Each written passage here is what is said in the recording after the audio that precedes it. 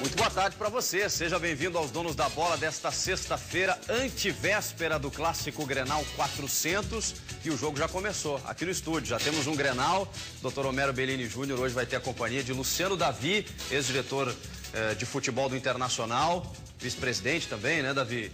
Conselheiro, enfim, obrigado pela sua presença aqui. Que agradeço. Legal, vamos debater e projetar esse Clássico Grenal que promete ser quente. Tudo bem, Bellini?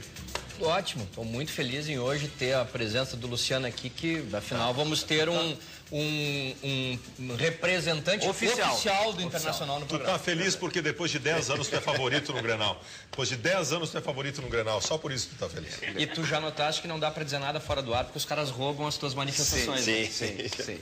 Bom, e a gente quer saber o que você acha do Clássico Grenal. Pra você, quem é que chega melhor? O pessoal pode mandar mensagem, né, Roberta? Boa tarde. Isso mesmo, Chico, boa tarde. A gente quer saber, pode mandar seu recadinho através do nosso Twitter, @donosdabolaRS, ou acesse a nossa página no Facebook. Ou também pelo nosso e-mail, donosdabolaRS@band.com.br. Participe com a gente. Não tem como negar, né? O Clássico Grenal é um campeonato à parte. Um jogo que mexe com a cidade, com o estado e até mesmo com aqueles que nem mesmo são apaixonados por futebol. O Grenal, o maior clássico do Rio Grande do Sul, tradicional partida entre Grêmio e Internacional. Um jogo diferente, né? É um jogo muito sentido, um jogo que as duas equipes se respeitam. Uma coisa que mobiliza bastante, não só nós, mas a torcida. Às vezes ele não é tão bem jogado, mas ele é sempre muito bem disputado. Estamos falando do Grenal porque os dois times se deram bem nas semifinais e garantiram a classificação para a grande final. E o favorito? Quem chega melhor para esta partida? O Grêmio de bem com a vida na Libertadores ou o Inter com a melhor campanha do Gauchão? Pra mim, com certeza, o favorito tem que ser o Grêmio, né? Clássico não tem favorito. Ser favorito ou não, isso quem tem que falar são vocês, né? Vocês que acompanham aí as duas equipes. Não dou para eles nem para nós qualquer tipo de favoritismo. Isso é uma grande bobagem, é um jogo igual. Muitos torcedores devem estar pensando, Grenal em uma final é rotina, sem nenhuma novidade, né? Na verdade, não é um fato tão corriqueiro assim. Em 95 edições do Gauchão, Grêmio e Inter jogaram apenas 8 finais entre si. Cada um tem 4 títulos. E esse clássico ainda tem um ingrediente extra. Será a primeira decisão da Arena do Grêmio. O estádio foi inaugurado em dezembro de 2012 e desde então os gremistas não haviam conseguido assistir a uma final de campeonato na nova casa. Não temos que preocupar com isso, né? Por ser o primeiro jogo da Arena, a primeira decisão. Não temos que preocupar com isso por causa do estádio. No segundo jogo também o Inter vai jogar provavelmente, né? Ninguém se sabe. Pode ser o jogo no Beira-Rio e vai ser a primeira final também do Beira-Rio novo, né? É um grande jogo, é o jogo mais importante que tem da cidade. É importante que a gente jogue em grandes palcos. A Arena é um grande palco, Beira-Rio também é um grande palco. E se for possível, a gente jogar nesses dois estádios, só vai embelezar o espetáculo. Pois é, clássico é assim, disputado nos detalhes, até mesmo nas palavras durante as entrevistas. Falando em Arena, o estádio já recebeu 2 clássicos. Em nenhum houve vencedor. No Brasileirão do ano passado, empate por 1-1. Mesmo o placar do Grenal do Gauchão deste ano. O Inter é o atual tricampeão. De 2011 para cá, venceu todas as edições do campeonato. E foi, nesse ano, a última vez que o Grêmio havia disputado uma final. Título mesmo só em 2010, ou seja, há 4 anos, o tricolor não leva para casa a taça do estadual. Ok, vamos entrar mais a fundo na história dos confrontos entre Grêmio e Internacional. Domingo, após 105 anos de rivalidade, será disputado o Grenal de número 400. Em 1989, o Grêmio venceu nos pênaltis o clássico número 300, após empate sem gols no tempo normal. No Grenal 200, vitória tricolor 3-1. Já o 100º clássico foi o primeiro que terminou empatado em 0-0, em 1948. Estamos diante de um Grenal recheado de histórias, de elementos que tornam este jogo ainda mais importante, mais acirrado e mais imprevisível. Isso tudo é Grenal. Ah, o Grenal, que espetáculo que é o Grenal, né, Ribeiro? Tem que estar ativo no Grenal, né? Ribeiro.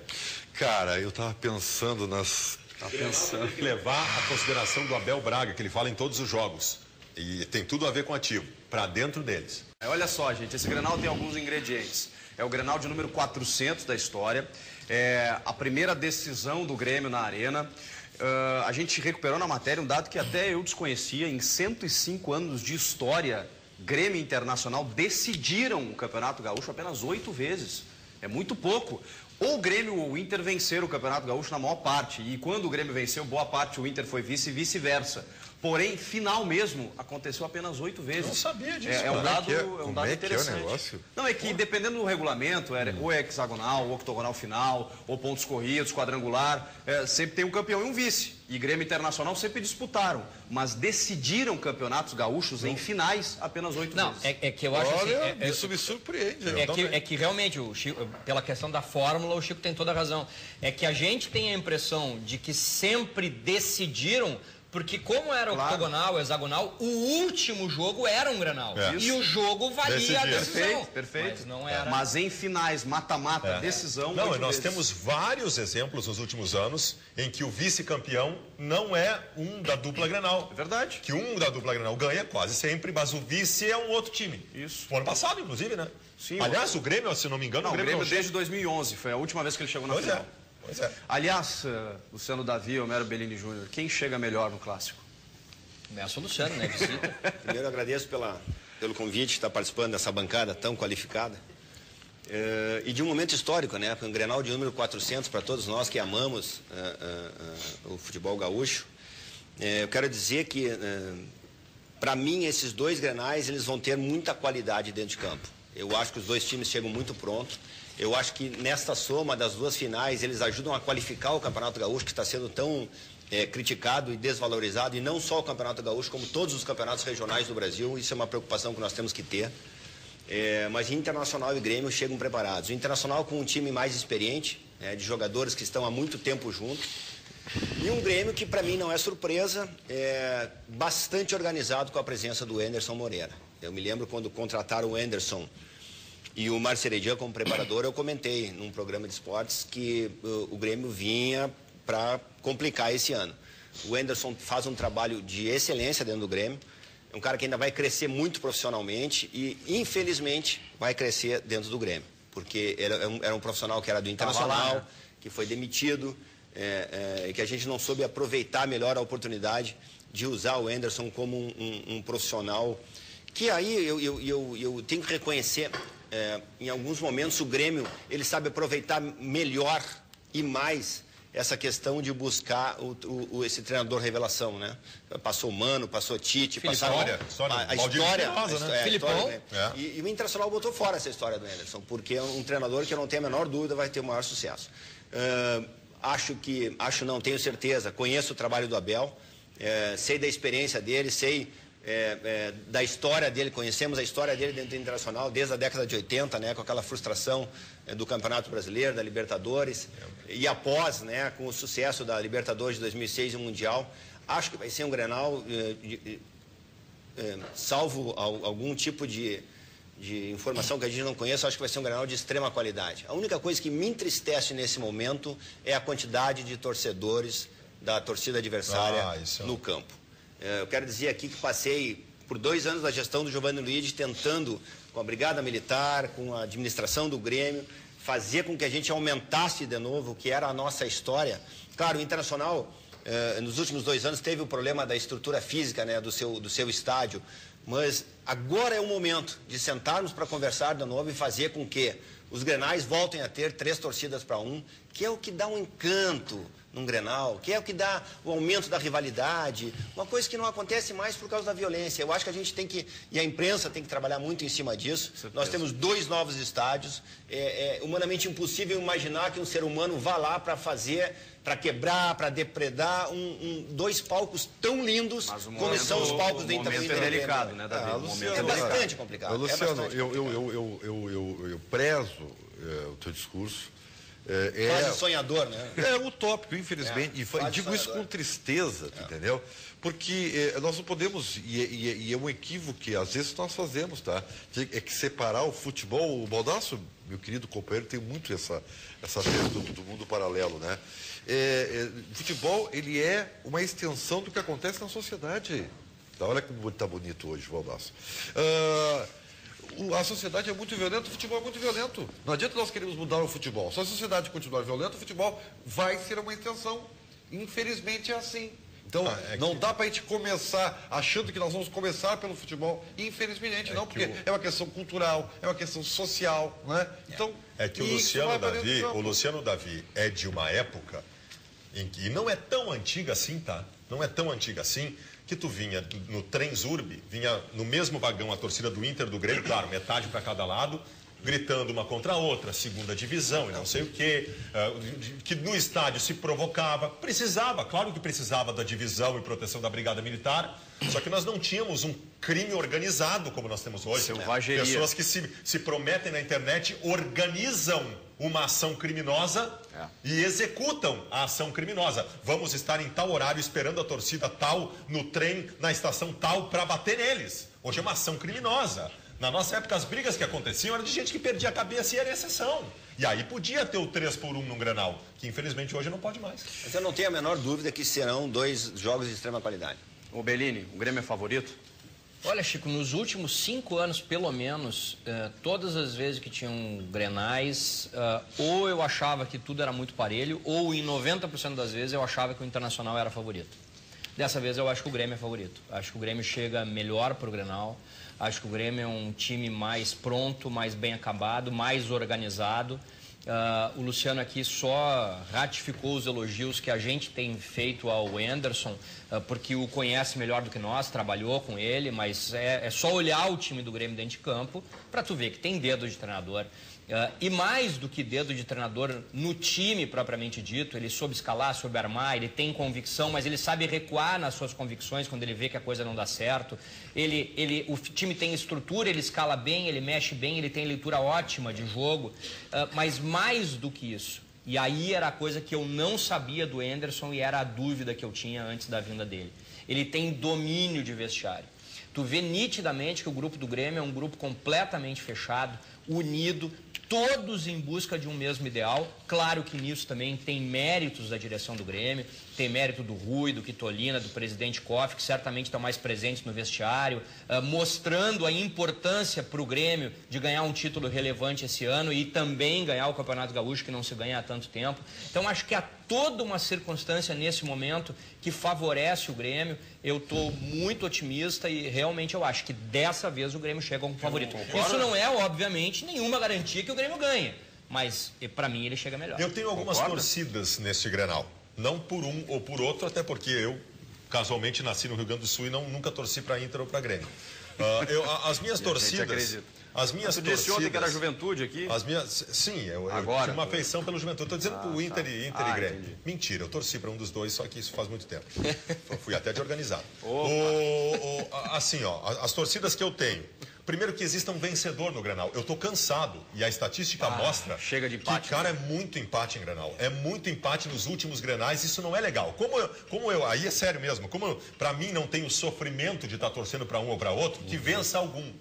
Que tenha um vencedor o primeiro Grenal e que tenha um vencedor o segundo Grenal. Mais do que isso, o empate, ele já chegou ao mesmo número de vitórias do Grêmio. Exatamente. Na história dos clássicos. Isso. Então, o Grêmio vencendo, o Grêmio consegue se distanciar do empate. Os colorados, inclusive, fazem a brincadeira que a segunda força do Rio Grande do Sul hoje não é mais o Grêmio, é o empate. É o empate. Né, doutor Homero Bellini? Não, eu tenho tido dificuldade de dormir, inclusive, em função desse comentário. É uma coisa muito relevante. Mas assim, o Grêmio chega melhor, o Grêmio está melhor estruturado, o Grêmio está melhor trabalhado. O Inter até apresentou, me surpreendeu de alguma forma pela atuação no último jogo, porque atuou muito bem. Mas o Inter ainda tem problemas estruturais, inclusive. Eu costumo dizer aqui, estou dizendo há bastante tempo, está caindo de maduro o Igor no lugar do Jorge Henrique. Então, o Grêmio seja melhor, o Grêmio chega melhor. Pode não significar nada, às vezes não significa. Eu aqui já me quebrei nesse programa uma vez, que eu disse que o Inter tinha ganho o Grenal, porque era muito melhor que o Grêmio. Foi lá o Grêmio com o Roger de técnico e ganhou o Grenal. Mas o Grêmio chega melhor, não tenho dúvida disso. E aí, Ribeiro? Pesa muito a experiência, desculpa, Ana, mas eu acho que pesa muito a experiência de alguns jogadores internacional que podem fazer o diferencial também, né? Não fala da Alessandro, que o Dr. Melo se arrepia todo. É um jogo tarimbado, é um jogo... Eu me lembro de um Grenal no Olímpico, não sei se vocês recordam, que nós tínhamos a dupla Diego e Diogo. O Diego era titular e ele tomou um cotovelaço do Roger, se eu não me engano, pode ser? No Olímpico? No Olímpico. Não é o estilo do Roger. Acho que foi no Olímpico. Do Olímpico 3-1 Inter? Isso. 3-1. Rodrigo Paulista fez o último gol. Esse aí, o dia de muita chuva. Ele ficou sem respirar o jogo inteiro. Eu lembro também das vitórias do Grêmio, eu não lembro só das vitórias. Ele acabou com o jogo do Guri. O Guri ficou sem respirar o jogo inteiro. Então, não que eu esteja aqui invocando a violência, não é isso, entendeu? Mas é que uma intimada dessa no campo, de um jogador mais velho para um menino que joga na correria, entendeu? Pode fazer mudar o jogo. E o Internacional tem essa experiência, tem jogadores tarimbados. O Luan não tem esse perfil, Ribeiro. O Luan não é um tem. jogador que se intimida. E o Luan já tomou, olha, o jogo do Brasil, aliás, só um parênteses de 30 segundos. O Brasil foi o melhor adversário que o Grêmio teve esse ano. Mais do que os da Libertadores. Mais que os da Libertadores. O melhor adversário. Tá de parabéns o Rogério Zimmermann fez um trabalho fantástico, montou um time espetacular na organização.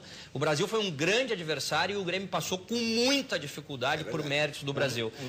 E o Luan não se intimidou, isso. Tomou pau e não se intimidou. O Luciano tem toda a razão, porque no clássico, qualquer circunstância especial, ela se potencializa e ela pode mudar a condição do jogo.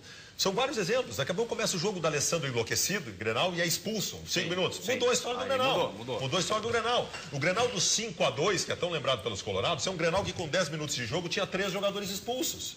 Tu mudou a história do Grenal. Mas tu teve 3 jogadores expulsos, mudou a história do Grenal, só que aí o Grêmio teve um treinador que fez uma brincadeira dentro do campo. Não é o caso do Enzo. Se eu bem conheço o Alessandro, o Inter já deve estar concentrando. E ele deve estar grudado no Arangues, contando para ele qual é que é a história do Grenal, como é que se joga o Grenal. Tem que explicar. Ribeiro, eu estou curioso, qual é o teu sentimento? Qual é o teu sentimento para o clássico, Ribeiro? Estou curioso. Em mim, por favor. É uma máscara. Gente, eu não tenho bola de cristal. Por isso que eu digo que é o sentimento. Parece. E eu corroboro tudo que os nossos nobres colegas falaram aqui. Né? Na verdade, cada um tem um pouco de razão. Né? Mas Grenal, tu sempre sabe mais, é por isso que eu estou te perguntando. Isso também é uma obviedade. Né? Eu sou mais talentoso que eu vou fazer. Eu não tenho culpa de ter nascido assim. A minha opinião é a seguinte, infelizmente, eu tenho uma tese de que o Grenal sempre foi muito mais peleado, né, para usar uma expressão bem nossa, do que jogado.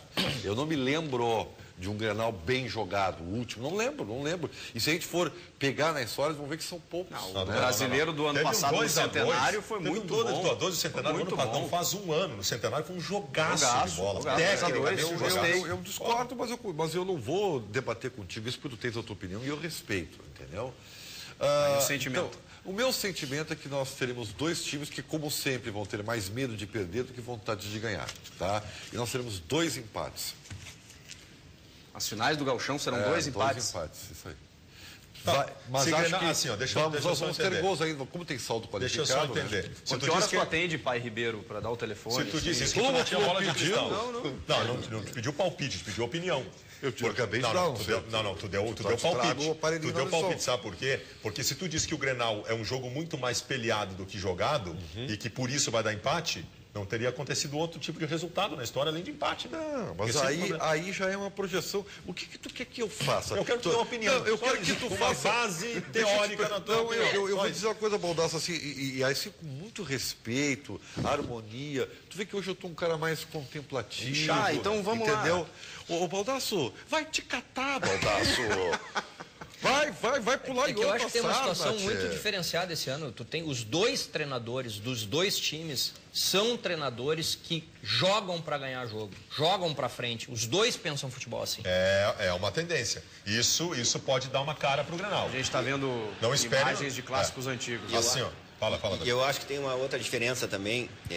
A gente sempre faz a crítica que a gente não pode ficar se balizando por Campeonato Gaúcho, né? Pela referência do Campeonato Gaúcho. Mas eu acho que Inter e Grêmio estão mais preparados esse ano para começar, por exemplo, um brasileiro. Como o Grêmio já vem demonstrando na Libertadores, o Inter na Copa do Brasil, mas eu acho que eles já estão mais preparados e isso faz sim com que o Grenal seja um Grenal de qualidade. Ô, Roberto, o que o pessoal de casa aí tá achando? Quem é que chega melhor? O Carlos Miguel vai ser 2-1 pro Inter, gols do Alessandro e do Arangues, o Igor Ruggeri. Boa tarde a todos, sou colorado, mas admito que estou com medo do Grêmio, mas tenho fé no meu Inter mesmo assim.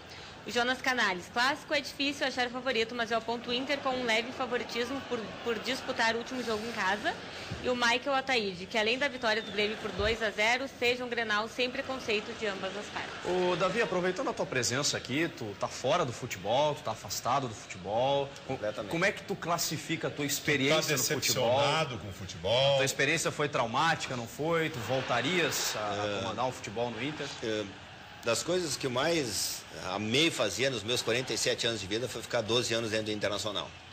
Me prejudicou financeiramente, me prejudicou pessoalmente, mas foi um grande aprendizado de vida para mim, para os meus negócios hoje em dia. Tive minhas frustrações, sim, não tem a menor dúvida, tive, e o meu afastamento foi em cima dessas frustrações. Mas deixei vários amigos, as pessoas que hoje fazem a gestão com o Giovani foram pessoas que também eu ajudei o presidente a escolher e sei da competência dessas pessoas. A única coisa que mais me frustra foi não poder ter, com a faca e o queijo na mão, não poder fazer do Internacional um clube 100% profissionalizado. Quando eu chamo um clube 100% profissionalizado, eu não estou fazendo crítica a nenhuma das pessoas que está lá. É que nós temos que parar de pensar no futebol como se o cargo político fosse profissional. O cargo político imprime metas.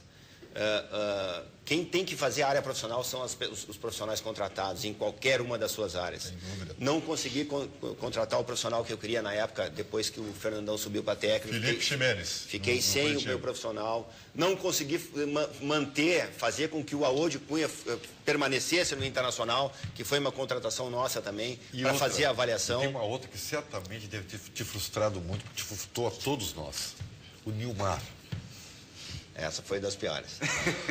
Essa foi das piores.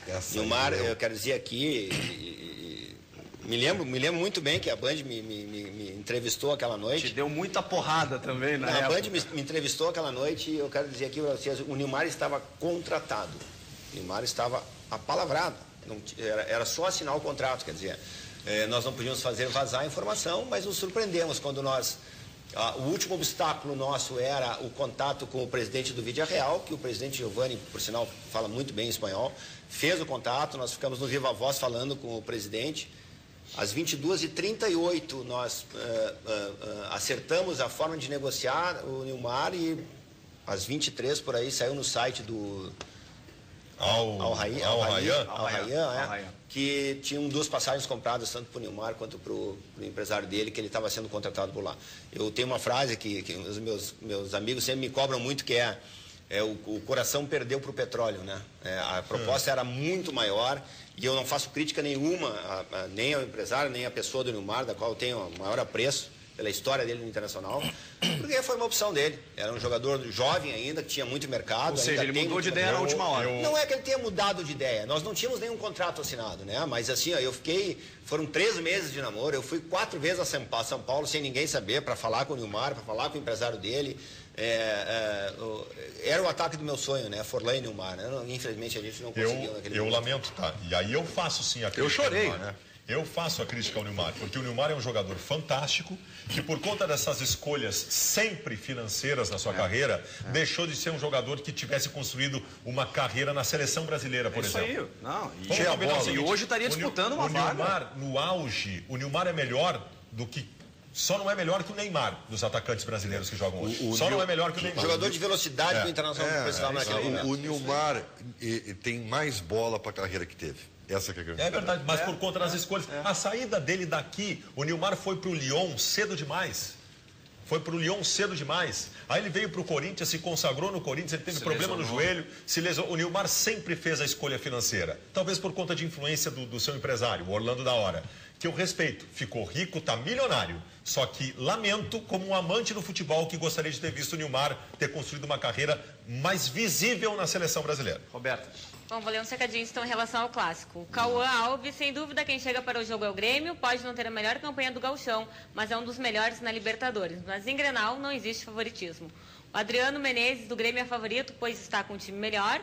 E o Marcelinho Ponço, na minha humilde opinião, se vocês me permitirem, no primeiro Grenal dá empate e no segundo dá 3-2 para o Inter. Vão ser 2 grandes jogos. É o que a gente espera. Ô, Davi, mas também não vamos falar só das coisas ruins, né? Eu considero um acerto a vinda do Diego Forlan. Ele te decepcionou? Para mim, não. Para mim, não. Acho que ele sofreu com convocações, com lesão, com um momento turbulento do time. Mas tu esperava mais dele? Individualmente eu esperava um pouco mais, coletivamente eu me frustrei bastante, porque o Forlan tinha uma leitura de jogo que alguns companheiros não entendiam. Essa é a minha visão. Ele tinha o passe futuro, ele pensava a bola antes, aí a bola não, ele lançava a bola, o cara não acompanhava. Sim, ele era muito mais inteligente que exatamente isso. Então e eu achava que o Nilmar naquele momento poderia cumprir essa função. Não estou aqui, pelo amor de Deus, fazendo crítica a nenhum atleta do Internacional, da qual eu conheço todos, mas era o que a gente estudava. E é uma outra coisa, como ele não deu o resultado de campo esperado, ele não deu o resultado de marketing esperado que nós esperávamos para suprir a demanda de pagar o salário dele, que não era baixo, era um dos maiores salários do Internacional. Então, realmente, isso me frustrou bastante. Eu acho realmente que foi um desperdício a passagem do Forlan pelo Inter. Por conta do momento histórico, o fato do estádio, foi tudo muito ruim para isso também. Mal jogou no Beira-Rio. E até para tu estabelecer uma questão de marketing, tu não tem o estádio para reforçar. Agora, eu não me decepcionei com a qualidade técnica do Forlan no Inter, porque eu acho que quando eu tive a oportunidade de ver o Forlan jogando, eu vi o Forlan jogando bem. Ele foi mais vítima, né? Foi mais vítima de um processo todo do que qualquer coisa, também acho.